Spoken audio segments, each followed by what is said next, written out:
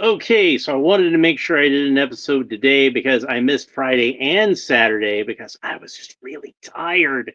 Sometimes like I want to make sure my energy is up when I do these, so I don't want to do them when I'm like just and sometimes I get that way. Sometimes I'm just get really tired and lethargic, but I've got something cool to open for you today, which is Batman the Cowardly Lot from Mcfarlane DC Multiverse. So let's go ahead and have a look at the artwork on the back. This is from a mini series, I believe, uh, but it's a really nice piece of artwork.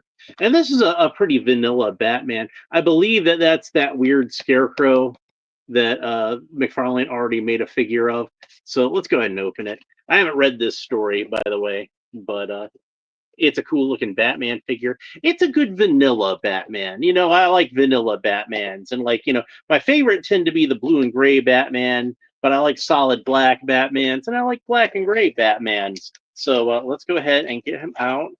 And I've never read this comic, so hopefully the trading card will tell us something about it. And as I usually as I usually prefer, the trading card and the figure stand are on the same bubble. And this is the older type of McFarlane figure stand. You can see it's a matte black figure stand with a glossy DC logo embossed onto it. They've gone back to the 1970s style DC logo, which I'm a fan of. So, they had to change the figure stand. And there we got the same piece of artwork on the trading card. There's what the back of the trading card looks like. And it reads Batman, the Cowardly Lot, data file. The Cowardly Lot is a thrill-packed, dangerous story. Is the new gang in Gotham connected to the resurgence of the Scarecrow? Meanwhile, Mayor Nakano meets with the shadowy billionaire Simon Saint, who comes to Gotham to pitch the concept of an advanced law enforcement project known as the Magistrate. It's always darkest before the dawn, especially in Gotham City. So this kind of ties in with the future state Batman that we had, because that had the Magistrate in it. So that's the deal with that. Anyway, let's go ahead and open them up. So one of the things that I liked about this figure that made me want to buy it is that he does have some extra hands that are holding batarangs, which I like that. Always like to see that. That's always a nice little thing. And this is like I said, a basic black and gray Batman. And they did do a Batman Year One figure recently, but I wasn't able to get that one, unfortunately. So this is not the same exact figure, though, but it's kind of a similar color scheme. So I guess if you weren't able to get that one, this one might be a decent enough substitute. I don't know. Hopefully, I'll be able to get that Year One Batman at some point, and we can discuss that a little more thoroughly. Anyway, so here he is out of the package. And we can see that this Batman reuses a lot of the parts from the Three Jokers type buck. And the torso, that's the wrong one. That's Arkham Batman. I'm pretty sure I've got that. Yeah, here's the Three Jokers Batman down here. So the legs are the same, at least the upper part of the thighs. The shins are different because he's got different boots. The arms look to be the same, at least the upper part of the arms, and the lower part of the arms look more similar to the arms they used on Troika. The upper torso is completely different. It's like a different sculpt entirely. I don't believe that it's the one that's used on the the Nightfall Batman buck when they give that one a cape. I don't think it's the same as that one because I compared, or just looking at him in the box, I compared. So, but yeah, he looks to have like the same type of boots like some of the other Batman figures have, where they give this buck the more smoother type of boots. Not the Hugo Strange ones because they're pointy at the top, and not the Troika boots because they don't have the fins. But anyway, let's go ahead and talk about his articulation. So Batman can look up about that far, look down about that far, tilt his head kind of quizzically from side to side, rotate the head all the way around. Of course, the arms rotate all the way around the shoulders, and they've got the cool Mcfarlane butterfly joint. So it's a little stiff on this one, but you can get some good movement out of that once you get it cracked open. He's got arms can raise up to the side about that far. He's got a bicep swivel, so the bicep rotates all the way around. He's got double jointed elbows, which Very stiff on mine, but that's about the range of motion you get at the elbows. He's got the cool Mcfarlane ball joints at the wrists, and since this is more based on an older figure, they are the older style of ball joints where they're very round ball joints, not hidden with wrinkles sculpted into them like the later ones. So that's too bad, but it still looks pretty good, I think, even with the rounder ball joints.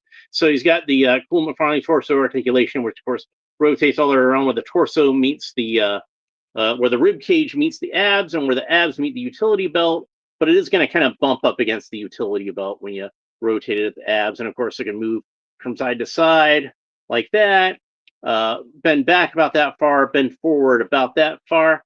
Batman can kick up about that far. He's got double jointed knees. That's about the range of motion you get at the knees. Oh, he does have like this little bit of a wobble at the hip. It's not a full rotation, doesn't go all the way around, but it goes enough where you can get some good movement out of it. He doesn't have a boot cut, even though I think the boots are a separate piece. I can see a little bit of glue in between there actually, but he does have the cool McFarlane ankle articulation, which of course rotates all around where the boot meets the ankle and where the ankle meets the foot. So I think I got that out of joint now, so let's get that back into shape. All right, so that's all the articulation out of the way, and we can see that it's a very dark color scheme, very dark gray, black, obviously, and even the utility belt is like a darker shade of yellow. It's kind of like a school bus kind of yellow to compare with some of our other black and gray Batman figures that I have over here. You can see it's just slightly darker than the Three Jokers Batman, and I think like a little bit, the gray is like a little bit less blue. Like it's got like a slightly bluer cast on the Three Jokers Batman, and he does have black trunks, which of course Three Jokers Batman has gray trunks. And also, since I happen to have the Arkham Batman over here, here he is next to the Arkham Batman, and you can see those have also this the plain black bat type of emblem in common. But he's not quite, it doesn't have quite as much surface detail as the Arkham Batman. He is probably about as bulky because, like I said, that Three Jokers Batman is pretty bulky, but he doesn't look quite as bulky, even though he pretty much is. Just because you can see that the head is a bit larger than the Three Jokers Batman head, and also it's got like a different neck piece, so it's actually jointed where the skull meets the neck, rather than this being jointed at the base of the neck. So it does make his neck look a little bit more narrow than the other one. So let's go ahead and swap out these hands because I really want to put the Batarang hands on them, and that's what I'm gonna take for the thumbnail. And like I said, this is a good basic Batman. If you're looking for a good basic vanilla Batman, you could do a lot worse than this guy. Like he's not the best one, I don't think, but he's a pretty good one. If you want more of a blue and gray Batman, obviously, you're gonna probably want to lean more towards say the Nightfall Batman or the No Man's Land Batman. Even though I was really disappointed by the lack of the wire and the cape, I don't think I'll ever get over that. Or if you don't mind spending a little bit of dough, and I was lucky enough to get them when they were on the Mcfarlane website. Get that Norm Brayfogle Batman. He's gonna be more expensive, but he's a great figure. I really like that one. So anyway, but if you want a black and gray Batman, I think you could do a lot worse than this guy. I don't know if he's quite as cool as the Year One Batman, which does look really cool to me. But I think like if you just want a black and gray Batman and you weren't able to get a hold of that Year One Batman, and you see this guy at Target, yeah, go ahead and pick him up. He's definitely worth picking up. Me personally, I'm kind of like pick up any version of Batman I can get my hands on. So. So and even I almost kind of let this guy slip by me, because I've got like a lot of Batman figures already. He doesn't really bring like a whole lot extra to the party. He's just a good basic vanilla Batman. And that might be what you want in your collection. That might be a hole that you need to fill in your collection.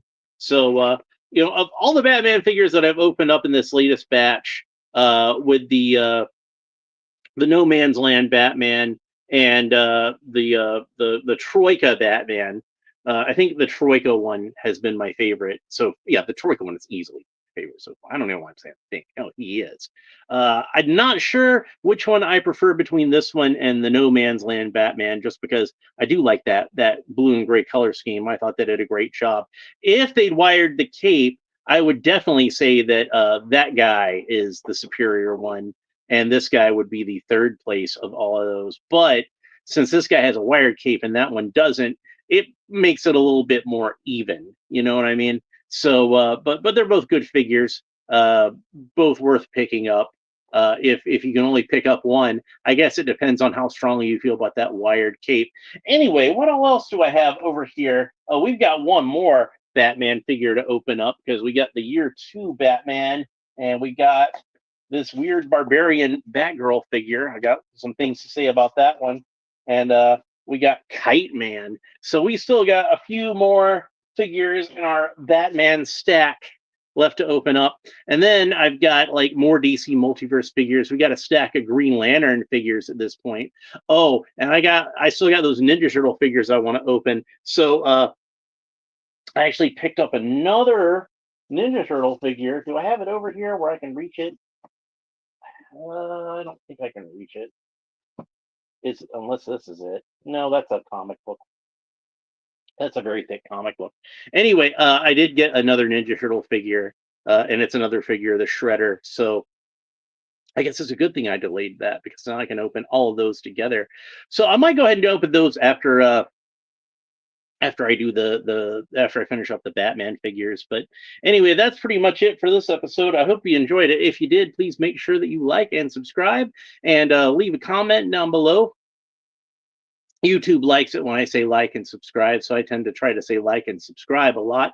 I've noticed since I say like and subscribe more often in my videos, that more people actually do like and subscribe. I've seen a slight uptick in the amount of subscribers, so that's a good thing, because I figure if more people actually like and subscribe and hear me say like and subscribe, then YouTube will put that video out there for more people to like and subscribe to, and we'll get more likes and more subscribes, and that's good for me, that's good for YouTube, and that's good for you if you actually enjoy watching me sit on my couch and talk about action figures. So anyway, that's it for this episode. Thanks for watching. I hope you enjoyed it. We'll talk to you next time. Bye.